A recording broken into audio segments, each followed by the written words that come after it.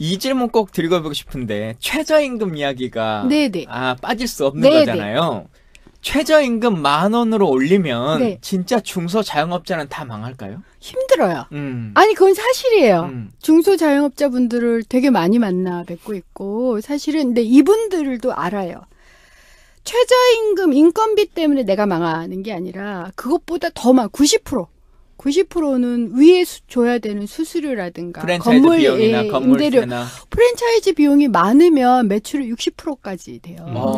엄청나죠? 그러니까 안 되는 거예요. 그래서 따먹을 수 있는 건 인건비밖에 없는 거예요. 어떻게 보면 최저임금 10,000원을 하면 어떤 분이 저한테 그러시더라고요. 최저임금 10,000원 좋은데 나도 안 돼, 그 돈이. 그러니까 자기가 가져가는 돈이 10,000원이 안 돼요. 그래서 제가 최저임금 10,000원 항상 패키지 정책이다. 패키지 정책으로 이렇게 지원을 해드리면 이게 가능하거든요. 그러니까 네. 불공정 거래. 예를 들어 수수료나 이건 당연히 줄여야죠. 근데 이건 좀 시간이 걸리잖아요. 그래서 요건 줄이는 정책으로 수수료, 프랜차이즈 수수료를 줄이는 것도 국가가 법제화할 수 있습니까? 그건 너무 사적인 회사들의 관계 아니에요? 불공정 거래를 공정위에서 일부 잡았어요, 저희가. 예를 들어서 수수료 관행 중에서 불법적인 관행이 있어요. 예를 들어, 그러니까 뭐 CU나 이런 데서 편의점에서 하루 매출이 딱 일잖아요. 그럼 그 돈 전액을 본사에다 입금해야 돼요. 매일. 매일 입금을 안 하면 이자료 플러스 10,000원을 물어야 돼. 그러니까 하루면 하루 입금 안 하면 10,000원. 이틀이면 20,000원. 365일이면 365만원을 내야 돼요. 이자 말고도. 이걸 잡았거든요. 그러니까 수수료 관행이라는 게 불법적인 면이 우선 있다. 네. 그 다음에 두 번째가 이게 왜 그렇게 수수료가 높으냐면 한쪽이 너무 약해서 그래요. 네. 그러니까 수수료를 규제한다기보다는 한쪽이 집단 교섭할 수가 없어요. 이것들을 매우 적극적으로 붙여주는 역할을 해야 돼요. 조금 쉽게 설명해 보시죠. 그러니까 예를 들어서 그러니까 편의점 주인들은 다 혼자야. 본사는 거대. 이 사람이 망해도 2013년 1월 14년에 편의점주들이 계속 자살하셨거든요. 을지로위원회도 그 현장에 많이 갔었죠. 예. 그러니까 이분이 망해도 본사는 아무 걱정이 없어. 돈이 계속. 근데 이분들은 개인이야. 그럼 이분들을 집단화해. 이게 일정하게 법으로는 통과가 됐어요. 활성화하기 힘들어요. 이분들이 그러니까 쉽게 말하면 그 프랜차이즈 점주 노조 이런 걸 만들으라는 거죠. 그렇죠. 점주 협의체 뭐 이런 걸 만들고 뿐만 아니라 이걸 조율해 줘야 돼요. 네. 그러니까 누가요? 국가가? 그렇죠. 정부가 해야 돼요. 교섭도 조율합니다. 노조 교섭 조율해요. 저 출연 연구 기간에 있을 때 제가 주로 했던 게 노사 교섭 조율하는 거예요. 그거를 그럼 노동부에 그걸 감당하는 직원들이 있습니까? 실제로? 없어요. 공정거래위가 저는 해야 된다고 생각하는데 우리나라 현재는 없는데 없어요. 그걸 해주면 돼요. 해줄 수 있어요. 그러니까 이런 식으로 해서 상호 균형추를 맞춰주는 역할만 해도 무슨 법이 있어야 그걸 할 인력을 법적으로 만들어낼 거 아니에요? 아니요. 공정거래위는 사실 공정거래위 역할 중에 이런 균형을 하거나 이런 게 있거든요. 그러니까 제가 지금 드리는 얘기는 입법부가 멈출 수 있다라는 전제하에 제가 움직인다고 생각하셔야 돼요. 입법하기 힘들다는 거 아시죠? 우리가 이게 야대가 될지 또 어떨지 모르는 거예요. 네. 그러면 대부분이 통과가 안 될 거다라는 상황에서 정부 설계를 해야 되거든요. 제가 항상 그렇게 전 설계를 해요. 그럴 때 그러면 여지들이 있는 거예요. 여지가 있으니까 박근혜 대통령은 가이드라인으로 모든 걸 하려고 그랬잖아요. 가이드라인의 형태로 제가 박근혜 대통령한테 배운 게 그런 거예요. 정책의 틈새, 행정의 틈새, 가이드라인이라는 게 있구나. 이거 대단한 거예요. 뭔가 이재명 시장하고 잘 맞으시는 것 같은데. 그래서 어쨌든 그런 것들을 한다. 근데 그것은 효과가 당장에는 안 나와요. 그리고 경험을 해야 되는데 그것 말고 해야 되는 게 사회보장료 지원, 사회보험 부담이 있어요. 이분들을 알바나 이런 친구들에 대한 사회보험 부담이 10% 정도 되거든요. 이걸 무조건 지원해주는. 이건 이미 일부는 하고 있는 정책이고 그다음에 또 하나 이분들이 원하는 게 자신들이 사회안전망에 가입하기를 원해요. 네. 그다음에 EITC라고 근로소득세 그러니까 일정하게 근로소득이 안 되면 조금 도와주는, 보전해주는. 보전해주는 그런 것까지를 원하세요. 그래서 이걸 패키지로 하고 그게 돈이 많이 안 든다. 대략 항상. 얼마나 들까요?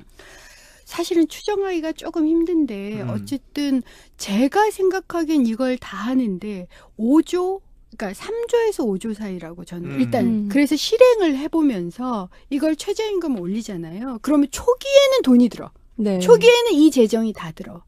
근데 후기에는 안 들어요.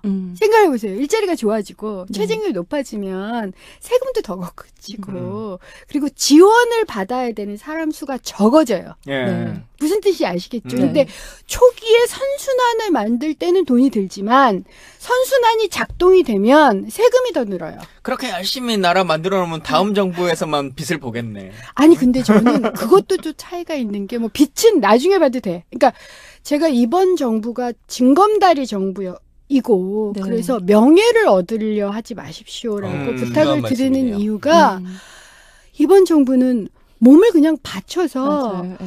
그냥 징검다리를 만드는 수밖에 이 적폐를 없어요. 해소하는 그렇죠. 불쏘시개로서의. 예, 그래서 전시효과 같은 거 없어요. 욕 죽어라고 먹을 거고. 그런데 그 다음 정부의 토대가 돼요. 그 다음 정부는 어떤 정부가 들어서든 한 번 사람들이 경험을 하잖아요. 네.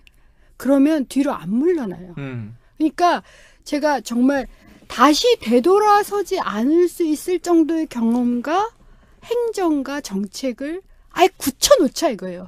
굳혀놓자 돌기둥처럼. 제일 좋은 거는 한 번 더 집권하는 게 제일 좋겠네요. 그렇게만 저는요 시민들이 진정성을 안다고 생각해요. 그래서 5년을 이 진정성으로 버티면 집권할 수 있어요. 누차 말씀드리지만 5년 후에는 저도 출마할 수 있습니다. 이게 네, 여기서 네. 왜 중요한 거죠?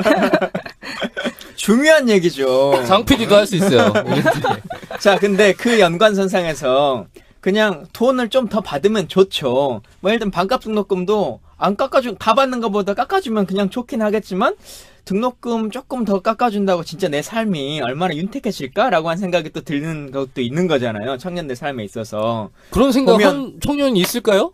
아니 등록금 깎아주는데 그게 내 삶이 얼마나 윤택해질까? 이렇게 생각하는 사람이 있을까요? 그러니까 대학생들이? 안 해주는 것보단 낫지만 사실은 등록금 중에서 예를 들면 지금 어느 정도는 해주고 있는 거에서 한 50만 원 더 준다라고 하면 진짜 내 대학 생활이 달라지는 것이냐. 많이 달라지죠, 그건. 그건 정말 많이 알죠. 왜냐면 그 50만 원을 벌기 위해서 그만큼 공부를 하지 못하고 알바 시간으로 환산해 보면 어마어마한 시간이에요. 근데 학생들이 우리 사회가 그 등록금이 대부분 또 부모님 세대가 내주는 이게 네. 인식이 좀 달라. 상황인데. 금수저라.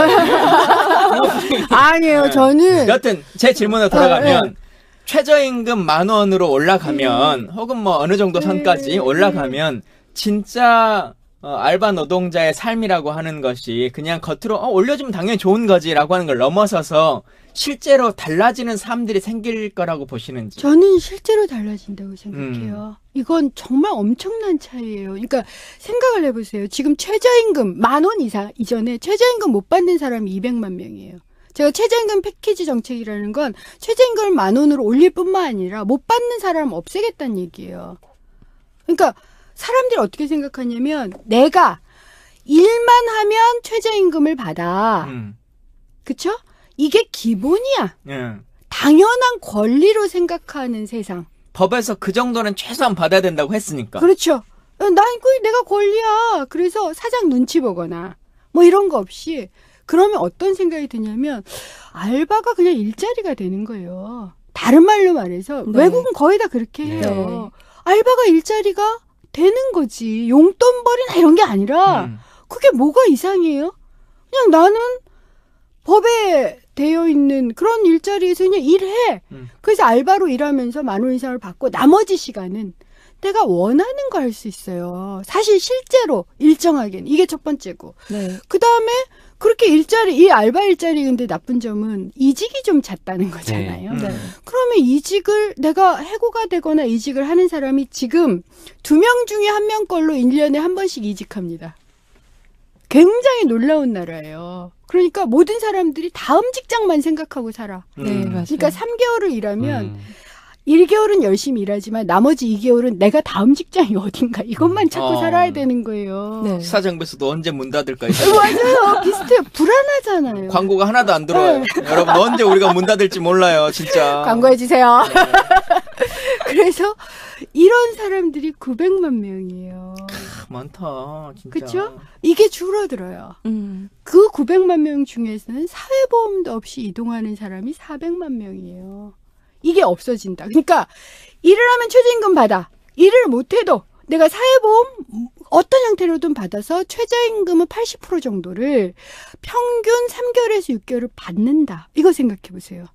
내 삶이 트여. 갑자기 숨 좀 네. 쉬고 영화도 좀 보고 다음 일자리나 직업훈련이나 이런 것도 좀 고민 좀 하고 내 삶을 설계도 하고 네. 그래 내가 김강진처럼 도전 좀 해보자. 근데 실패할 수도 있어. 실패해도 뭐 최저임금은 받고 일자리 못 구해도 당장 못 구해도 3개월에서 6개월 정도 최저임금 80%는 받네? 그럼 도전하겠어요? 안 하겠어요? 해요. 굉장히 달라져요.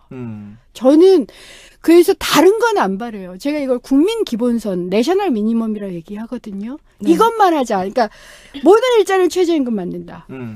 일자리 없어도 평균 3개월에서 6개월간 최저임금을 80% 정도는 받는다. 그 다음에 모든 사람한테 노조는 개방된다. 비정규직 노조 조직률이 1.8%밖에 안 돼요. 네. 그러니까 저는 자유를 어딘가 참여할 자유, 참여하지 않을 자유라고 생각하는 사람이에요. 자유에 대한 생각 여러 가지지만 자유가 없는 거예요. 그래서 참여해서 의사표현할 수 있도록 한다. 그것이 노조든 유사노조 형태든. 그다음에 모든 사람들한테 다 산재보험은 강제 적용된다. 이게 제가 생각하는 내셔널 미니멈 1, 2, 3, 4고 이걸 위해서 재벌개혁하자는 거예요. 왜냐하면 전 돈이 필요해요. 네. 아까도 말씀드렸던 요거 하는데 한 3조에서 5조 정도 제가 예상하고 있거든요. 그 돈 필요해요. 어디서 나와요? 아까도 약간만 재벌개혁해도 세수가 3조는데 그래서 막교 안에서 네. 정말 경험하자고요. 우리가 달리 살 수 있다는 걸. 그래 경험을 하잖아요. 그래서 이 사람들이 도전을 하면 이 사람들한테 세상을 맡기면 돼요. 그 다음 걱정 안 해도 돼요. 4대 보험 다 들자라고 하는 게 참 좋은 건데 산재보험을 비롯해서 또 이 노동자분들 중에 특히나 알바나 청년 노동자들은 그냥 뭐 예를 들면 150만 원 중에서 4대 보험 띄고 나면 남는 게 너무 없으니까 없어요. 그냥 사장님 나 그냥 4대 보험 안 들고 싶어요. 맞아요. 그렇게 라고 하는 얘기하죠. 경우들도 많잖아요. 그래서 저희가 초기 어떤 정책, 제가 3조에서 5조 4대 보험을 10인 미만, 일정 소득 이하, 기업이나 노동자들한테는 전액 4대 보험을 지원하는 정책을 쓰겠다는 거예요. 국가가 지금 반 정도 그렇죠. 지원하는데 근데 계속 하라는 건 아니에요. 당신이 일정하게 소득이 더 올라가면 반드시 내셔야 되고 네. 당신이나 당신의 미래를 위해서 우리 이웃을 위해서 그리고 우리는 당신이 낼 수 있는 여력이 있는 일자리를 더 만들겠으니 네. 이런 걸 서로 계속 소통하고 공유하면서 지금 당장 제가 초기에 돈이 많이 든다라는 게 그거예요. 하겠다는 거예요. 초기에. 그 4대 보험 중에 제일 많은 비중을 차지하는 게 국민연금이잖아요. 네. 근데 이 4대 보험을 거부하는 노동자들의 심리 중에 상당 부분은 국민연금에 대한 불신도 있어요. 금액도 크기도 하고 아니 이상한데 뭐 그 투자해가지고 막 하룻밤 사이에 3천억씩 날려먹고 막 이러잖아요. 삼성 네. 승계하는데 막 쓰고. 그러니까 우리가 이거를 제대로 받을 수 있을 건가에 대한 불신이 있어서 나라가 망하지 않는 한 무조건 받습니다. 음. 그러니까 이렇게 생각하셔야 돼요. 국민연금은 쌓아놓은 기금으로 주는 거 아니에요. 나중에는 모든 나라가 일반 조세에서 줘요. 쌓아놓는 기금은 항상 고갈되게 돼 있습니다. 그게 30년 후든 50년 후든 그럼 이미 고갈된 유럽 선진국들 다 고갈됐어요. 이거 일반 세금으로 줘요. 이건 정부의 약속이거든요. 그 카톡에 가끔 이렇게 막 돌아다니는 말 네. 중에 국회의원들이 네. 이제 법을 통과를 안 시켜가지고 국민연금을 국가가 책임지지 않는다고 합니다. 이런 카톡이 돌아요. 혹시 아니에요. 보셨어요? 그런 네, 카톡? 봤어요. 네, 그거 뭐예요? 아니에요. 그 잘못 알고 있는 거예요. 국민연금은 무조건 그러니까 정부가 사라지면 못 받아요. 그럼 국민이 사라지는 거니까 네. 그렇게 아시고요. 정부가 있는 한 그 국민연금을 잘못 써서 고갈시키면 정부가 부채라도 져서 보장해야 되는 거예요. 근데 말로 연금 개혁인이라고 하는 걸 통해 가지고 이름은 붙여서 원래 뭐 그 나이 되면 통상 뭐 100만 원 받을 사람이 개혁한다 그래갖고 50만 원을 줄이고 또 돈 없으니까 또 줄이고 예를 들면 60세에 받을 거 65세로 늘려서 준다 그러고 막 이런 일들이 벌어지잖아요. 아니요, 그건 그러니까 공무원 연금이나 이런 것 때문에 그렇죠. 공무원 연금이나 사립학교 연금은 연금 수준이 꽤 높아요. 그거 줄이는 거예요. 그거 줄이는 거지. 지금 연금 수준에 있어서는 슬라이딩은 있어요. 그러니까 좀 줄였어요. 왜냐하면 우리나라는 자금 고갈에 대한 두려움이 왜 이런 인식이 심어졌는지 모르겠는데 두려움이 너무 심해요. 그게 네. 고갈되니까 삼성생명 보험을 들어야 된다. 아니에요. 이렇게 그렇지 많이들 또 얘기를 하잖아요. 무조건 고갈되면 일반 조세로 갑니다. 그래서 제가 이런 얘기를 하잖아요. 이걸 하려면 좋은 일자리 만들어서 소득세도 못 내는 40%를 20%로 줄여야 된다고요. 그래야지 조세가 확보가 되잖아요. 그러니까 정부의 건전 재정이 국민을 위해서 필요해요. 그것이 한 4, 50년 후에는 세금으로 해야 돼요. 네. 그걸 설계하는 그게 정부예요. 그래서 오히려 저는 그런 걱정보다는 국민에게 세금 낼 권리를 주는 게 가장 중요해요. 그러니까 국민에게 세금 낼 권리를 확장하고 네. 그런 그 기여한 국민께는 반드시 국민연금을 무조건 보장해주는 네. 이게 정부면 그걸 해야 되거든요. 그걸 고갈된 모든 나라가 다 그렇게 해요. 그럼 OECD 국가 꽤 그래도 우리나라보다 좀 더 잘 사는 나라에서 다 그렇게 하는데 우리가 못할까요? 물론 우리가 남미 수준으로 가면 못해요. 그러니까 지금 제가 재벌 개혁하고 좋은 일자리 만들고 이게 어느 나라가 남미 수준으로 갈지 이게 남미를 폄하해서는 죄송합니다만 어쨌든 그렇게 어려운 나라로 갈지 어떨지 모르는 거고 그 기로를 학자들 같은 경우가 7, 8년으로 봐요. 네. 향후 7, 8년 내에 우리가 다시 비약을 할 건지. 진짜 다음 정부가 그걸 결정하게 그렇죠. 되겠네요. 할 건지가 굉장히 중요해서 저는 촛불을 드시는 시민들을 보면서 우리 할 수 있다라는 생각을 네. 이건 기적이에요. 근데 지금 얘기하신 것처럼 의원님도 얘기했듯이 그러니까 사회적 인식 어쨌든 정치인이시니까 이제 입법과도 관련돼서 이제 시민들과의 예. 스킨십도 굉장히 중요하시잖아요. 인식들이 어떻게 됐냐. 근데 제가 전에 있었던 곳에서는 심지어 노조위원장 출신임에도 동일 노동, 동일 임금에 대한 개념조차 이해를 잘 못하는 경우도 봤거든요. 그래서 이런 송곳에 보면 드라마 예. 노조를 만든 사람이 뭐 감독이 되면 노조부터 없앤다. 그러니까 노조를 가장 잘하는 사람이 가장 파괴를 먼저 예. 한다. 이런 것들이 있어요. 이거에 대해서는 어떻게? 그러니까 우리나라가 두 가지가 결합됐어요. 우리나라 노조 혐오증이 굉장히 심해요. 그러니까 노조를 겪어보지 못한 사람이 대부분이어서 그래요. 첫 번째 그렇고요. 예, 그렇잖아요. 네. 겪어서 좋은 걸 알아야지 이 혐오증이 덜하는데. 노조하면 빨간 조끼 입고 예. 여기 뭐 띠를 두드려야지만 꼭 노조일 것 같은. 이게 첫 번째예요. 이 그것 때문에 예를 들어서 노조했던 사람이 회사 간부가 네. 되면 강하게 회사의 경영 법칙에 휩쓸려요. 네. 노조를 혐오하고 파괴하지 성과급을 주거든. 성과연봉제가 네. 그런 걸. 이제 그게 하나가. 또 하나가 저는 이게 있는 것 같아요. 그분만 동일노동 동일임금을 모르는 게 아니라 우리 대부분이 동일노동 동일임금을 모르세요. 네, 그거에 대한 그러니까 가치가 없더라고요. 예를 하나 네. 드릴게요. 우리나라는 그 문화가 없어요. 외국은요. 삼성병원에 다니시는 간호사와 예를 들어서 아주 동네 병원에 다니는 간호사인 급여차가 3배쯤 된다. 실제로 그 정도 2-3배 되고 이건 차별이에요. 네. 한국의 젊은 친구에서 이게 차별이라고 생각하세요라고 할 때 내 스펙 해가지고 삼성에 들어갔는데 그게 왜 차별이에요? 그 능력에 따른 성과지. 굉장히 다른 게요. 외국은 이걸 차별이라고 부르는 문화가 50년, 100년이 됐어요. 그래서 네. 임금 격차가 적어요. 근데 한국은 그러니까 그게 노조 때문인데 외국의 노조는 노동자면 하나다예요. 네. 우리나라 노조는 네. 노조법이 그래요. 사용자 중심으로 만들어져요. 사용자가 다르면 하나가 아니야. 무슨 뜻이 아니에요? 네, 우리나라 네. 노조는 사용자 중심으로 제도가 돼 있고 관행이 그렇게 돼 있으니까 사장 안에 있는 사람들만 한 집인 거지. 그러니까 예를 들어서 여기 건물 청소하시는 분들 네. 같은 동료라고 생각 안 해요. 예를 들어서 아파트 주민들은 경비하시는 분들이 같은 사람들이라 생각 안 해요. 네. 다 달라. 네. 경비하시는 분을 직고용하는 것도 아니고 다른 회사 사람이잖아. 이런 생각들. 그러니까 예를 들어서 현대 같은 데서 바로 매일 매시간 같이 일해. 하청하고 비정규직하고. 근데 업체가 달라. 그러면 다르다라고 생각을 하세요. 이게 다를 뿐이지 차별이라고 생각 안 해요. 네. 그래서 동일 노동, 동일 임금을 외국처럼 들어오지 못해요. 이 상황에서는. 네. 아무도 동의하지 않기 때문에. 이걸 어떻게 하느냐가 인식을 예. 전하는 인식은 문제가 아니라 저는요.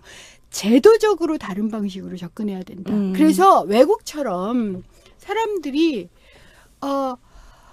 이렇게 강제적으로 못 만들어요. 사람들이 인식이 그런 상황에서는. 네. 그래서 저는 외국과 다른 접근을 해야 된다. 이건 그래서 동일 노동, 동일 임금은요. 굉장히 중장기적 정책이에요. 매우 꾸준히 해야 되고 네. 뭘 시작할 건가를 결정해야 돼요. 예를 들어서 이런 거죠. 공공부문부터 그러면 한번 공공부문 좀 쉽잖아요. 네. 공공부문부터 예를 들어서 국공립대 교수님서부터 시작해서 여기 학교 시설 관리와 경비하시는 분까지 요걸 일정하게 조율을 한다든가 예를 들자면 직고를 한다든가 이러면 일정하게 임금 격차가 주는 방법이 하나 있고 또 하나는 우리는 노조까지도 내부자 문화예요. 그래서 네. 한 사장 밑에 있는 사람만이니까 네. 노조를 매우 이질적으로 만드는 방식이 있어요. 그러니까 네. 정규직은 노조 조직률이 20%인데 비정규직은 노조 조직률이 1.8%예요. 비정규직은 노조 조직률이 10%가 되면 어떤 세상이 되느냐면 이 내부 속에 섞이는 거예요. 노조 속에 서로. 그러면 여기서 소통이 되고 뭐 쌈박질도 할 수도 있고 그러면서 이번 교섭 의제가 뭐가 돼야 되느냐 네. 이런 얘기들이 있지 않겠어요? 이렇게 스스로 그러니까 내부자 내 외부자들을 만들어내는 정책. 전 이 두 가지를 동시에 써요. 그러니까 공공부문부터 어렵다. 일정하게. 아니요. 지금 법 통과 안 해도요. 네. 내부자를 내 외부자 만드는 건 가능해요. 제가 비정규직 노조 조직률 4년이나 5년 내에 10% 이상 끌어올리는 거 지금 의지만 있으면 무조건 된다라고 주장하는 사람. 근데 비정규직 그 직원들을 보면 어차피 자기들은 얼마 일하지 못할 것이다라는 게 기존 이 비정규직 네. 노조라는 건 아까 말씀드린 사장 중심 노조가 아니라는 거예요. 실제로 그런 노조들이 있어요 지금. 그러니까 막 떠돌아다니는 뭐 AS 기사니 뭐니 이런 분들이 노조를 만드셨어요. 네. 전국에 흩어져 있고 계속 369개월로 계약이 막 변경이 돼. 자기는 거기서 10년을 일했는데 계약은 369개월로 변경이 맞아요. 사장만 계속 바뀐 거예요. 어쨌든 사장은 달라지는 이분들이 노조를 만들었어요. 왜 힘든지 아세요? 왜 힘드냐면 우선 노조를 만들었으면 전임자라도 좀 있어야 되는데 네. 없어요. 인정이 안 돼. 그다음에 그러니까 노조 업무만 하는 사람들. 그렇죠. 노조 업무만 하는 사람도 있어요. 이건 인정이 안 돼. 첫 번째로. 두 번째로 뭔가 좀 이렇게 교섭이나 하고 단체 협상 같은 거 하려면 꼭 손배소.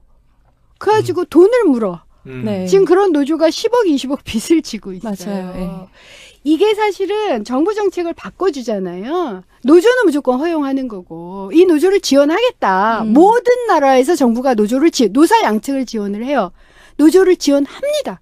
무조건 지원하거든요. 하겠다라고 해보세요. 이게 또 많은 돈도 아니야. 한 뭐 10억 뭐 이런 돈으로 지원하고 그 권리를 활성화시키면요. 그 다음에 사용자층에도 시그널을 주는 거죠. 부당 노동행위 하지 마라. 노조에 들었다고 고용승계 안 하고 노조에 들었다고 해고하고 이런 것에 대해서 모니터링하고 근로감독을 아주 그것만 하는 거야. 네. 이러면 달라져요. 그럼 비정규직 네. 말씀하세요. 외부 인사가 들어가서 구성이 된다는 건 어떻게 가능한 거죠? 아니 정확하게? 이런 거죠. 그러니까 네. 지금 대기업 뭐 통신회사나 이런 걸 정규직 노조가 있어요. 네. 비정규직 노조가는 간신히 하청만 일부 만들어졌어요. 네. 근데 이것을 하나로 묶어주는 방식이 있어요. 방식이 있어요. 방식이 있어요. 예, 예. 그걸 권유할 수도 있고, 이건 네. 하면 그냥 돼요. 하면. 그거 노조의 선택이야. 네. 근데 노조가 이걸 잘 못하는 여러 가지 이유가 있거든요. 근데 그런 시도들은 끊임없이 있기 때문에 저는 그래서 이질적인 사람들이 과거에는 사장이 달라서 따로따로 있었던 사람들이 일단 하나로 뭉쳐봐. 네. 뭉쳐서 서로 얘기를 좀 해보자 정말. 우리 무엇을 할 것인지. 저는 그런 사례도 있어요. 노조가 좋은 사례도 있거든요. 근데 워낙 노조 혐오가 심하고 노조를 막 누르니까 네. 이런 사례도 공유가 안 되고 소개도 안 되고 못하는 거야. 그리고 정규직도 그렇게 했다가는 괜히 나만 불이익을 받아. 맞아요. 예. 그리고 집행부 불신임돼. 안 해요. 비정규직들은 괜히 노조 만들었다가 내가 노조 조합비도 내야 되는데 해고를 당해. 못해요. 이런 것만 좀 없어도 해볼만 하잖아요. 이 비정규직 문제 해결과 관련해서 또 예. 많이 나오는 것 중에 하나가 예.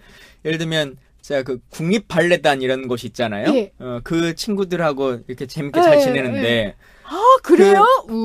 사인 받아야 되는데. 근데 우리 상식은 국립발레단이니까 예. 다 국가가 계약하는 안 사람들로 그래요. 생각하잖아요. 근데 일단 그러지 않아요. 예. 국가가 고용하는 사람이 아니야. 그것도 문제인데 다음은 그 중에서도 또 몇은 국가가 채용하는 사람들이에요. 정규직이야. 예. 흔히 말하는. 나머지는 계약직이에요. 근데 이 계약직은 AS센터 이런 사람하고 또 다르게 그 국립극단이라고 하는 곳에서 몇 년간을 그냥 동일하게 계약을 하고 있단 말이에요. 2년, 3년, 4년, 5년 막 이렇게 한단 말이에요. 근데 우리 상식에 2년이 지나서 동일한 업종을 하면 정기적으로 전환해줘야 된다. 이게 그렇죠. 법인데 예. 왜 국립발레단 이런 데도 그게 안 되죠? 독립도급이나니까 법 적용 후 제외 조항이 굉장히 많아요. 그래서 안 하는 거예요. 법은 그렇게 돼 있어요, 지금. 법을 그렇게 했는데 그래서 제가 정부 정책으로 가능하다는 게 시행령으로 돼 있거든요. 우선 이 사람은 정규직으로 전환 안 해도 돼요. 라는 적용 예외 이게 시행령으로 돼 있어요. 이 시행령은 대통령이나 부처가 결심하면 바꿀 수 있잖아요. 네. 그렇죠? 이게 첫 번째 대. 네. 시행령을 개정 안 해도 내가 하겠다. 공공부분. 이게 그러니까 국립발레단에서 가능한데 내가 하겠다라고 그러면 돼요. 지금 뭐 박원순 시장이나 이런 사람들이 하잖아요. 왜냐하면 적용 제외이지만 적용 제외를 시켜라가 아니라 할 수 적용제 있다. 할 수 있다예요. 그러니까 그 장이 의지를 그거 가져가면 가지고 할 수 하면 있다는 거잖아요. 예산이 들어요, 대신. 그렇기 네. 때문에 중앙하고 서울시하고도 이 협의가 필요한데 서울시 예산으로 할 수 있는 것도 꽤 있는 거예요. 근데 전국 공공 부분을 다 하려면 예산이 좀 필요하겠지요. 그러니까 그걸 하자는 거예요. 아니, 근데 낙하- 또 다른 질문으로 네. 치면 연관돼서 무슨 국회 같은 경우도 인턴 제도가 있잖아요. 네, 네. 근데 이게 아주 꼼수로 그 국회 인턴을 12개월을 계약을 못하게 해놨어요. 11개월만 계약을 하도록 돼 있단 말이에요. 그래서 한 맞아요. 달은 그냥 사적 비용을 주고 계속 사실상 쓰는데 계약은 11개월마다 끊어서 한단 말이에요. 근데 이런 경우는 법적으로 일단 24개월을 풀로 한 건 아니니까 좀 논외로 치더라도 사실상 24개월을 그대로 다 월급을 주는 경우도 있잖아요. 사기업에 있어서도. 그렇죠. 이런 경우는 법에서 24개월 넘어가면 하라고 돼 있는 거잖아요. 그렇죠. 이건 안 하면 처벌받는 사람은 못 본 것 같은데. 아, 그 법에서 지금 24개월을 다 하라고? 2년을 하면 정기적으로 전환해줘야 된다. 그렇죠. 이렇게 우리는 알고 있잖아요. 예, 근데 고용계약을 네, 고용을 안 해주면. 고용을 24개월 아니 처벌받는 사람들이 있어요. 있어요. 있는데 어. 문제는 누가 이거 소송을 해요. 제가 아까도 얘기했지만 집단 네. 소송도 없고 노조도 없고 하니까 대부분 소송을 안 하고 그냥 잘리고 나가요. 네, 맞아요. 개인적으로는 정말 힘들어요. 예, 예. 네. 그래서 소송을 하는 사람들이 드물게 있고 이 소송은 대부분 이겨요. 이겨요. 네, 아까 그 정규직 노조와 네. 비정규직 노조가 네. 함께 뭐 하면 좋겠다, 예. 좋다라고 말씀하셨는데 이게 잘 안 되는 이유 중에 하나가 일단 뭐 비정규직의 노조 조직률이 너무 낮은 것도 있고 정규직 노조에서 이걸 해서 자신들이 얻어갈 수 있는 게 별로 없다고 생각하는 분들이 있잖아요. 그러니까 일단 당면 과제, 내 과제가 우리 그 비정규직 노조들의 당면 과제 해결이 먼저고 이게 해결된 다음에 이제 비정규직까지 같이 돌보면 좋겠다. 뭐 이런 그러니까 이 정규직 노조의 선의에만 기대하기에는 좀 어려운 거 아닌가? 전 선의에 네. 기대하자는 게 아니라요. 그러니까 이 이유가 우리나라가 정말 굉장히 예외적인 노조법 조항이 두 개가 있어요. 네. 하나는 모든 나라 이게 유신 때 만들어진 것 같아요. 이 조항은 노조법 제29조에 따르면 조합의 대표는 조합이나 조합원만을 위해서 단체 교섭해야 된다고 돼 있어요. 네. 그럼 조합원이 아닌 자 네. 하고 단체 교섭하면 불법이야. 네. 근데 이게 50년대만 해도 근로자였어요. 네, 맞아요. 근로자를 위해서 단체 교섭한다라고 돼 있던 법이 어느 순간 조합원을 위해서라고만 바뀐 거예요. 그러니까 노동조합의 권리를 보호해주려고 그렇게 생긴 거 아닐까요?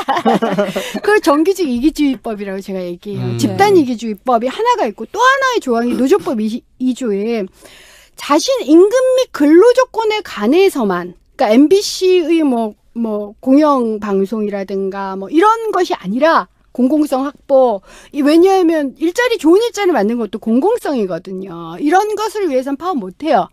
자신의 임금 및 근로조건. 그러니까 어떻게 됐냐면 우리나라 법은 정규직아 조합원을 위해서만 교섭하고 그중에서도 임금 및 근로조건을 위해서만 교섭해. 네. 이게 수십 년이 됐어요. 예전에 노회찬 의원인가 권영길 의원인가가 뭐 제3자 뭐 관여 뭐 이걸로 처벌받아가지고 그거 이제 없어졌어요. 그 법종은 아예 없어졌는데, 그래서 이 관행과 문화가, 법제도가 만들어낸 관행과 문화가 훨씬 더 강화된 거예요. 네. 그러면 제 얘기는 이런 거죠. 관행과 문화를 넘어서려는 노력이 있어야 돼요. 네. 그게 그냥 선의, 의식화 이거 아니에요. 실제적으로 그럴 만한 이슈를 만들어내야 돼요. 전 그 기회가 있다. 예를 들어서 제가 거절당하긴 했는데 이게 좀 시간이 너무 괜찮습니다. 천천히 말씀하세요. 예를 들어서 통상임금이라는 매우 어려운 말이 있어요. 네. 통상임금이라는 게 뭐냐면 어쨌든 내가 그동안 일한 것에 대해서 경영진이 돈을 안 준 거야. 일종의 체불임금이에요. 그런데 그걸 이제 돌려받는 거죠. 그런데 이제 정규직 노조들에서 저한테 19대 국회 때 찾아오셨어요. 저는 비정규직에 관한 것만 하고 있는데 정규직 노조들이 찾아오셔서 이 정규직에게 사실상 체불임금 된 이것을 우리가 소송을 해서 받으려면 너무 힘들어. 그러니까 이걸 법제화해달라. 그럼 한꺼번에 받아요. 법제화하면 기업이 토해내야 될 돈이 얼만가를 계산했죠. 네. 그랬더니 이제 정경련 같은 데서는 뭐 30조다 50조다 이렇게 얘기를 했고, 노동연구원과 같은 데는 한 10조에서 15조. 제가 10조로 잡았어. 최소일 거다라고 봤기 때문에 10조로 잡아도 이게 엄청난 돈이잖아요. 좋다. 그리고 법제화를 하는데 제가 올인을 하는데 그럼 선언을 하나만 해주세요. 네. 이게 어음이잖아. 아직 못 받은. 네. 받을지 못 받을지 모르는. 그래서 이걸 받게 되면 30%를 사회기금으로 내놓겠다. 정규직들이. 예. 그러니까 임금 인상하시라는 것도 아니고, 그러니까 이게 정규직이 돌려받을 돈이 누구는 50만 원이고 누구는 500만 원이에요. 네. 굉장히 차이가 나는데 어째 30%를 내놓으면 제가 10조 예상했잖아요. 총에 3조는 생기네. 3조예요. 제가 뭘 하고 싶었는지 아시겠죠? 네. 사회보장을 깔고 싶었던 거예요. 음. 그걸 노조가 만든, 노조가 노조 이름으로 사회보장을 까는 거예요. 자기의 미래와 이웃과 타인을 위해서. 이것을 경향신문 칼럼으로도 2017년 했고 부탁을 했는데 어쨌든 안 됐어요. 만약 왜 이게 힘드냐면, 그러면 조합원들 일일이 다 설득해야 돼요. 교육시켜야 되고요. 토론해야 되고, 사회적 의제로 만들어야 돼요. 할 거냐 말 거냐. 그러니까 통상임금법이 통과되느냐 마느냐 뿐만이 아니라 이건 대단한 의제로 어쨌든 노동계 내에선 떠오르는 거예요. 그게 가지는 영향력이 엄청나요. 내가 양보하라는 것도 아니잖아요. 어음이니까 아직 내놓자. 그리고 그것이 나의 아이를 위해서 무조건 좋아. 내 아이도 알바로 뛰고 하청으로 뛰는데 이런 계기를 만들어내. 그리고 노조가 정부도 아니고 사회보장 제도를 만들고 실업부조를 만드는 제도라고 하는데, 어렵게 얘기하면 이거 대단한 건데 북유럽 노조들 스웨덴, 노르웨이 이런 데는 다 그렇게 했어요. 노조가 사회보장 제도 만들어서 나중에 정부한테 줬어요. 하자는 거예요. 그러니까 네. 이런 계기를 한편으로 만들고, 저는 정규직 양보론에 찬성하지 않는 사람이에요. 이런 거 말고 할 수 있는 것들이 있어요. 자, 우리가 시간이 많이 흘러가니까 현안 몇 가지만 좀 여쭤볼게요. 일단 최근에 이제 삼성 구속 이후에 정경련을 탈퇴하겠다. 네. 뭐 이제 이런 얘기들도 나오고 정치권에서 해체해라 이제 이런 얘기도 막 나온단 말이에요. 네. 그래서 실제로 4대 재벌들은 이제 더 이상 회원으로서 역할을 하지 않겠다 했는데 정경련 탈퇴나 정경련 해체라고 하는 것이 국민들의 삶이나 이런 것에 어떤 직접적인 무슨 영향이 있을 것인가 어떻게 보세요? 저는요 근데 막 그게 대단한 것처럼 지금 막 언론에 나오잖아요. 아, 재미는 있죠. 정경련. 재미만 있어도 삶에 영향을 주잖아요. 아유, 저 대단한 사람들이 해체도 하고 저렇게 무릎 꿇고 반성도 하네. 근데 사실은요. 그러니까 핵심적인 건 없어요. 만약 그러니까 예를 들어서 이런 경우라면 달라요. 원래 정경련이 일본의 정경련이 있어요. 일단련이라고 게이단련이라고 얘기하는데 일본의 경단련 한자어를 경단련을 모방해서 만들었어요. 2006년에 일본 경단련의 회장이 도요타 자동차 회장이었어요. 이분이 그 당시 일본이 구조조정 바람이 되게 불었는데 이 정경련 회장이자 도요타 회장이 뭐라고 인터뷰 성명을 발표했느냐면 사람 자르려면 할복해. 거의 그런 수준. 할복할 각오를 해라 이런 얘기였어요. 그 중앙일보가 그걸 보도를 했더라고요. 제가 되게 웃었는데 제가 그때 일본에 있었거든요. 아, 그렇죠. 아, 일본에 있었던 건 아니다. 그 이후에 갔는데 어쨌든 되게 유명하게 회자됐어요. 적어도 그 정도의 경제인 단체로 이 모임이 재탄생하지 않는 한, 왜냐면 그럼 구조조정이나 일자리 문제에 실제로 굉장히 영향을 주게 돼 있거든요. 우리나라는 그렇게 얘기하는 회장이 단 한 명도 없잖아요. 그런 점에서, 국민의 삶에 재미는 주겠으나 정경련 해체가, 하지만, 실질적인 역할은 없다. 그래도, 기득권 세력에 타격을 주는 거잖아요. 꽁꽁 뭉쳐있는데 뭉쳐있는 세력을 느슨하게 만드는 거니까. 정경련 해체되면 여의도에 있는 그 정경련 빌딩은 누가 가져가지? 아, 그 국가에 환납해주면 환수해주면 되게. 자, 두 번째 질문인데요. 그 요즘 이제 사실 우리가 정책이라고 하는 것, 법안이라고 하는 것에 큰 관심들을 잘 못 가져요. 많은 국민들이. 그럼에도 불구하고 경제뉴스나 이런 거 보면 최근 국회 원로에는 상법 개정안, 뭐 이게 뭐 어떤 대단한 이슈다, 뭐 그래 주주권이 어쩌고 막 이렇게 막 나오는데 읽어봐도 잘 모르겠거든요. 모르겠어요. 이게 어떤 내용이고 어떤 의미를 갖는지 조금 좀 쉽게 설명해 주실 것 같아요. 이렇게 생각해요. 이게 경제민주화법이라고 생각을 하시면 돼요. 그러니까 여러 가지 경제민주화법 중에 예를 들어서 이런 거죠.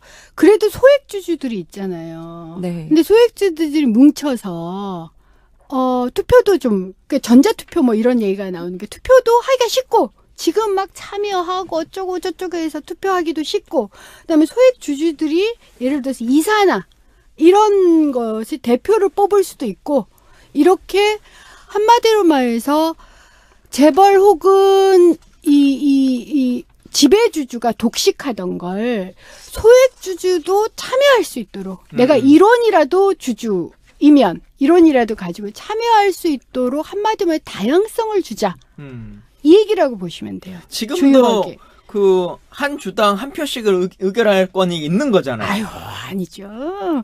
대부분 혹시 주식 가져보신 적 있으세요? 근데 뭐 주총 이런 데를 가본 적은 그렇죠. 없고. 그렇잖아요. 안 가게 되는 거예요. 왜냐면 주총까지 내가 그러니까 안 가는 거지 못 가는 건 아니잖아요. 못 가는 건 아니지만 안 가게 만드는 건 굉장히 중요해요. 투표를 할 수는 있으나 안 가잖아요. 안 가는 사람 왜 안 간다고 생각하세요?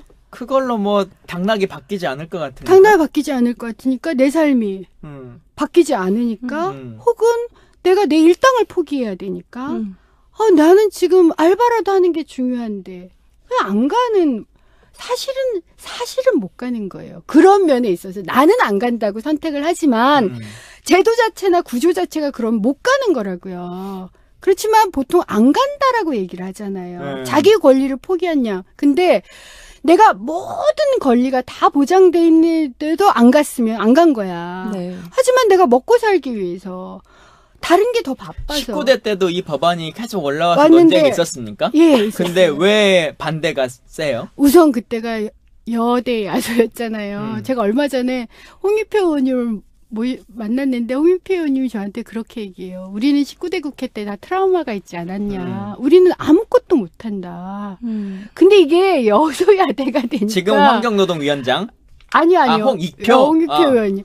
그러니까 좀 달라졌다. 그 트라우마가 많이 그래도 할 수 있는 게 좀 있는 결과를 거예요. 낼 수 있는. 청문회도 좀 더 해보고 그래서 19대 국회 때보다는 훨씬 더 좀 마음 편안하게 국회를 해서 그걸 은수미 의원이나 광진 의원은 겪어보지 못한다고 나한테 그러더라고요. 예.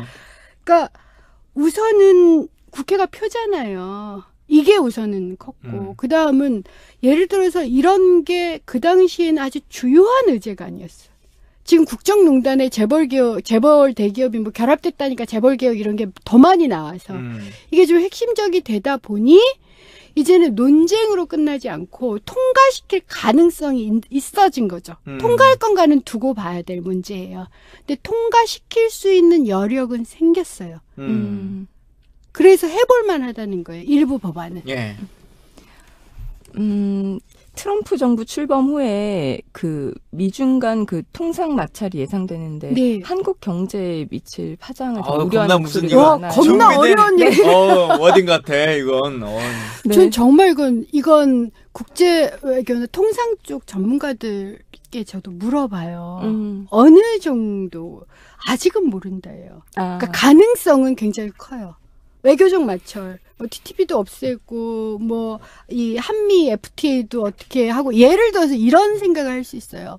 그동안 한미 FTA가 우리는 불공정하다고 생각하는데 트럼프는 자기네들이 더 불공정했다고 얘기를 해요. 네. 그래서 이걸 수정하겠다는 거 아니에요. 실제로 들여다보면 한미 FTA 때문에 무역 경제가 그렇게 된 게 아닌데 트럼프는 뭐라고 얘기했냐면 한국과 맺은 FTA 때문에 당신들이 일자리 잃었습니다. 이렇게 얘기를 하거든요. 네. 그럼 훨씬 더 안 좋은 조항을 들고 나올 수 있어요. 그 가능성은 열려 있다고 보여져요. 통상 마찰은 사실 뭐 전문 분야는 아니시니까 조금 다르게 보면 통상 노동으로 우리가 생각해 봤을 때 그 소위 말하는 이자스민법 뭐 이렇게 말하기도 하고 막 했었는데 외국인 노동자들이 와가지고 일을 다 하니까 한국 사람들이 할 일이 없다 이런 얘기들을 많이 한단 말이에요. 그 문제에 대해서는 어떻게 생각하세요? 저는 아니라고 생각해요. 그러니까 우선 첫 번째로 외국인 노동자, 그러니까 우리가 경제활동 인구다 이런 통계, 일자리 통계, 취업률 통계는 외국인 노동자 빠져 있어요. 외국인 노동자가 최소한 100만 이상은 되는데 이건 별도로 내요. 그러니까 불법으로 오는 사람 말고 국가가 하는 사람도 포함되지 않습니까? 예. 그건 빠져 있어요. 외국인 노동자 통계에는 안 내요. 그러니까 우리 통계를 가지고만 요 정도다라고 보시고 이게 외국인 때문에 이렇게 됐을까? 그러니까 예를 들어서 호모 인턴스로 떠도는 게 외국인 때문이다 아니에요. 오히려 이런 거죠. 예전에는 그러니까 외국인 일자리를 통해서 이런 효과는 있어요. 너무 싸게 쓸 수가 있으니까 위도 안 올리는 거야. 네. 그러니까 같이 낮아지는 효과가 하향 있어요. 평준화가 하향 돼버리는. 평준화가 되는 효과는 있지만 좋은 일자리를 외국인이 뺏어가는 경우는 없어요. 없어요. 예. 그건 좀 분명하다 봐요. 그런데 일부 나쁜 일자리에선 충돌이 있어요. 나쁜 일자리도 먹고 살아야 되시는 분들이 누구예요? 진짜 그러니까 힘들고 어렵게 사시는 분들. 고졸. 예를 들어서 60대 이상 하고 50대 이상 어려운 분들 계세요. 여기서는 약간의 충돌이 있을지라도 나머지 부분에서는 충돌이 없어요. 하지만 유럽은 우리보다 외국인 정책이 훨씬 더 간대요. 그래서 외국인 비중이 20%가 넘으면 혐오증이 생겨나고 극우 정당이 커져요. 한국도 지금 그럴 가능성이 없지 않아 있어요. 왜냐하면 아무리 저 같은 사람이 아니에요라고 해도 현장에서는 서로 보니까 그래서 외국인 촌이 만들어지고 하면 그런 두려움이 있는 거예요. 포비아 트럼프가 왜 됐는데 이주민 때문이다. 이주민 때문에 만들어진 나라에서 이주민 때문에 우리가 못 산다라고 얘기해서 당선됐잖아요. 네. 그게 실제로 그래서 그런 게 아니라고요. 하지만 그 포비아, 혐오증, 공포증은 저는 한국에 있을 거다. 예. 저희가 긴 시간 동안 은수미 의원님과 얘기를 나눠봤는데 사실은 해도 끝이 없이 얘기가 더 나오실 것 같고 아마 본인도 하시고 싶은 말씀에 반도 못 하셨을 것 같아요. 말 그대로 필리버스터 10시간 하시는 분인데. 응? 그래도 정해진 시간들이 있으니까 종종 이렇게 나오셔가지고 대기 나누셨으면 좋겠다는 생각이 드는데. 불러주시면 고맙죠? 예. 우리 피디님 혹시 마지막 질문 있으시면? 저는 질문보다 의원님께 좀 부탁하고 싶은 거, 당부드리고 싶은 게, 참 인식들이 되게 낮다는 생각들을 많이 했거든요. 그러니까 저는 어쨌든 우리 모두가 노동자라고 생각을 하거든요. 결국 0.000 몇 프로를 제외하고는 모두가 노동자인데 그 안에서도 자기들끼리 차별을 만들어요. 예. 예, 그래서 그 안에서도 계급을 만들려고 하고 이런 거에 되게 안타까움을 많이 느꼈거든요. 그래서 이런 인식들을 좀 바꾸는데 앞장서 주셨으면 좋겠다는 네. 거. 제가 하나 정말 차기 정부에 저는 오히려 그걸 부탁드리고 싶은데 노동 시민 교육 좀 합시다. 네. 정말 초등학교 때서부터 역할 바꿔가면서 외국에서는 연극도 해요. 노동자 됐다가 사용자 됐다가 이러면서 역할 바꾸기까지 네. 해서 인권 교육을 시켜요. 그러니까 시민이란 노동자이자 소비자입니다라고 시키고 정말 경험하게 하거든요. 그것을 당장의 정규 국가 과정에 못 넣으면 예를 들어 성희롱 교육처럼 네. 1년에 10시간, 1년에 20시간 이건 반드시 초중 고등학생들이 이수해야 된다라는 방식으로라도 우리 시민교육 그다음에 평등과 공정과 정의에 대한 교육을 좀 시켰으면 좋겠어요. 네. 정말 제대로. 예. 네. 자, 이제 마칠 시간이 돼서 마무리 말씀을 드려야 될 것 같은데 그 전에 하나 질문 드리자면 예를 들면 저 같은 경우는 뭐 함께하는 미래 이런 단체를 만들어 가지고 지지자분들의 후원을 받기도 하고 뭐 활동을 하기도 하고 뭐 한단 말이에요. 의원님은 만들어서 활동하는 단체는 없으세요? 없어요. 그러면 진짜 후원자들의 지지나 그 금전적인 지원과 상관없이 혼자 벌어서 운영을 하시네요. 지금까지는요. 근데 저는 좀 그러니까 후원해 주시겠다는 분들이 저도 여전히 지금도 계셔서 예. 다른 방식으로 하려고요. 그러니까 저는 저 개인적인 벌이는 어쨌든 제가 전문가이기도 해서 먹고 살 거다라고 이제 저는 하고 나머지 예를 들어 성남에 기여한다든가 뭔가 하여튼 뭐 노동 문제에 기여한다든가 하는 방식의 단체를 만들겠다는 거고 그게 뭐 정치 아카데미 형식 아까 의식을 뭐 네. 바꾸고 그러니까 이 서로 할 수 있는 교육 프로그램을 서로 공유하기도 하고 소통도 하고 이런 방식의 다른 단체 그러니까 정말 시민 조직을 하나 만들겠다는 그 생각이 있는 거죠. 출범할 때 저희 방송에 나오셔가지고 열심히 좀 알려주시면 좋겠습니다. 마지막으로 저희 네. 청취자분들께 마무리 인사 해주시면 좋을 것 같아요. 저는 항상 힘내시라는 말씀 많이 들어요. 왜냐하면 제가 전국 강의를 돌아다니면서 사람들이 광장의 조울증이라고 제가 얘기하는데 토요일날 오후에 촛불만 들면 막 세상이 바뀔 것 같아. 근데 월요일 아침에 눈을 뜨고 출근하려고 하면 아무것도 변한 게 없어요. 그래서 이 조울증을 왔다 갔다 하세요. 그래서 저한테 항상 바뀔까요? 탄핵이라도 될까요? 우리가 이렇게 힘이 없는데 알바가 어떻게 시민이 돼요? 뭐 이런 얘기를 하는데 여러분이 기적을 이뤘어요. 정말 이건 전적으로 민주당 지지율 2배 오르고 야권 후보 지지율 2배 오른 거 여러분이 만들어낸 기적이고요. 이건 승리예요. 그 다음이 어찌 됐든 간에 여러분의 승리를 반드시 자축하시고 여러분이 지금 앞으로 나가신다는 걸 알아주시고 여기 강진 의원과 여기 시사정비소 하시는 분들 그리고 저 같은 이걸 조율해줘야 돼요. 네. 그러니까 누가요? 국가가? 그렇죠. 정부가 해야 돼요. 교섭도 조율합니다. 노조교섭 조율해요. 저 출연 연구 기간에 있을 때 제가 주로 했던 게 노사교섭 조율하는 거예요. 그거를 그럼 노동부에 그걸 감당하는 직원들이 있습니까? 실제로? 없어요. 공정거래위가 저는 해야 된다고 생각하는데 우리나라 현재는 없는데? 없어요. 그걸 해주면 돼요. 해줄 수 있어요. 그러니까 이런 식으로 해서 상호 균형추를 맞춰주는 역할만 해도 네. 무슨 법이 있어야 그걸 할 인력을 법적으로 만들어낼 거 아니에요? 아니요. 공정거래위는 사실 공정거래위 역할 중에 이런 균형을 하거나 이런 게 있거든요. 그러니까 제가 지금 드리는 얘기는 입법부가 멈출 수 있다라는 전제하에 제가 움직인다고 생각하셔야 돼요. 입법하기 힘들다는 거 아시죠? 예. 우리가 이게 야대가 될지 또 어떨지 모르는 거예요. 네. 그러면 대부분이 통과가 안 될 거다라는 상황에서 정부 설계를 해야 되거든요. 제가 항상 그렇게 전 설계를 해요. 그럴 때 그러면 여지들이 있는 거예요. 예. 여지가 있으니까 박근혜 대통령은 가이드라인으로 모든 걸 하려고 그랬잖아요. 가이드라인의 형태로 제가 박근혜 대통령한테 배운 게 그런 거예요. 정책의 틈새, 행정의 틈새, 가이드라인이라는 게 있구나. 이거 대단한 거예요. 뭔가 이재명 시장하고 잘 맞으시는 것 같은데. 그래서 어쨌든 그런 이 질문 꼭 드리고 싶은데 최저임금 이야기가 네네. 빠질 수 없는 네네. 거잖아요.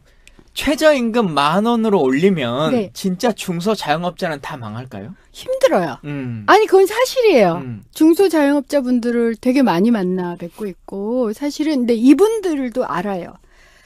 최저임금 인건비 때문에 내가 망하는 게 아니라 그것보다 더 많아. 90%는 위에 줘야 되는 수수료라든가 프랜차이즈 건물 비용이나 임대료 건물세나. 프랜차이즈 비용이 많으면 매출의 60%까지 돼요. 엄청나죠? 그러니까 안 되는 거예요. 그래서 따먹을 수 있는 건 인건비밖에 없는 거예요. 어떻게 보면 최저임금 10,000원을 하면 어떤 분이 저한테 그러시더라고요. 최저임금 10,000원 좋은데 나도 안 돼 그 돈이. 그러니까 자기가 가져가는 돈이 10,000원이 안 돼요. 그래서 제가 최저임금 10,000원 항상 패키지 정책이다. 패키지 정책으로 이렇게 지원을 해드리면 이게 가능하거든요. 그러니까 네. 불공정 거래. 예를 들어 수수료나 이건 당연히 줄여야죠. 근데 이건 좀 시간이 걸리잖아요. 그래서 요건 줄이는 정책으로 수수료, 프랜차이즈 수수료를 줄이는 것도 국가가 법제화할 수 있습니까? 그건 너무 사적인 회사들의 관계 아니에요? 불공정 거래를 공정위에서 일부 잡았어요, 저희가. 예를 들어서 수수료 관행 중에서 불법적인 관행이 있어요. 예를 들어, 그러니까 뭐 CU나 이런 것들을 한다. 근데 그것은 효과가 당장에는 안 나와요. 그리고 경험을 해야 되는데 그것 말고 해야 되는 게 사회보장료 지원, 사회보험 부담이 있어요. 이분들을 알바나 이런 친구들에 대한 사회보험 부담이 10% 정도 되거든요. 이걸 무조건 지원해주는. 이건 이미 일부는 하고 있는 정책이고 그다음에 또 하나 이분들이 원하는 게 자신들이 사회안전망에 가입하기를 원해요. 네. 그다음에 EITC라고 근로소득세 그러니까 일정하게 근로소득이 안 되면 조금 도와주는, 보전해주는 그런 것까지를 원하세요. 그래서 이걸 패키지로 하고 그게 돈이 많이 안 든다. 대략 항상. 얼마나 들까요? 사실은 추정하기가 조금 힘든데 어쨌든 제가 생각하기엔 이걸 다 하는데 5조 그러니까 3조에서 5조 사이라고 저는 일단 그래서 실행을 해보면서 이걸 최저임금 올리잖아요. 그러면 초기에는 돈이 들어. 네. 초기에는 이 재정이 다 들어. 근데 후기에는 안 들어요. 생각해보세요. 일자리가 좋아지고 최저임금이 높아지면 세금도 더 걷어지고 그리고 지원을 받아야 되는 사람 수가 적어져요. 네. 무슨 뜻인지 아시겠죠? 근데 초기에 선순환을 만들 때는 돈이 들지만 선순환이 작동이 되면 세금이 더 늘어요. 그렇게 열심히 나라 만들어 놓으면 다음 정부에서만 이런 데서 편의점에서 하루 매출이 딱 일잖아요. 그럼 그 돈 전액을 본사에다 입금해야 돼요. 매일. 근데 매일 입금을 안 하면 이자료 플러스 10,000원을 물어야 돼. 그러니까 하루면 하루 입금 안 하면 10,000원. 이틀이면 20,000원. 365일이면 365만 원 내야 돼요. 이자 말고도. 이걸 잡았거든요. 그러니까 수수료 관행이라는 게 불법적인 면이 우선 있다. 네. 그 다음에 두 번째가 이게 왜 그렇게 수수료가 높으냐면 한쪽이 너무 약해서 그래요. 그러니까 수수료를 규제한다기보다는 한쪽이 집단 교섭할 수가 없어요. 이것들을 매우 적극적으로 붙여주는 역할을 해야 돼요. 조금 쉽게 설명해 보시면. 그러니까 예를 들어서 그러니까 편의점 주인들은 다 혼자야. 본사는 거대. 이 사람이 망해도 2013년 1월 14년에 편의점주들이 계속 자살하셨거든요. 을지로위원회도 그 현장에 많이 갔었죠. 그러니까 이분이 망해도 본사는 아무 걱정이 없어. 돈이 계속. 근데 이분들은 개인이야. 그럼 이분들을 집단화해. 이게 일정하게 법으로는 통과가 됐어요. 활성화하기 힘들어요. 이분들이 그러니까 쉽게 말하면 그 프랜차이즈 점주 노조 이런 걸 만들으라는 거죠. 그렇죠. 점주 협의체 뭐 이런 걸 만들고 뿐만 아니라 빚을 보겠네. 아니 근데 저는 그것도 좀 차이가 있는 게 뭐 빚은 나중에 봐도 돼. 그러니까 제가 이번 정부가 징검다리 정부이고 그래서 명예를 얻으려 하지 마십시오라고 부탁을 드리는 말씀이네요. 이유가 이번 정부는 몸을 그냥 바쳐서 맞아요. 그냥 징검다리를 만드는 수밖에 이 적폐를 없어요. 해소하는 그렇죠. 불쏘시개로서의. 예, 그래서 전시 효과 같은 거 없어요. 욕 죽어라고 먹을 거고. 그런데 그 다음 정부의 토대가 돼요. 그 다음 정부는 어떤 정부가 들어서든 한 번 사람들이 경험을 하잖아요. 네. 그러면 뒤로 안 물러나요.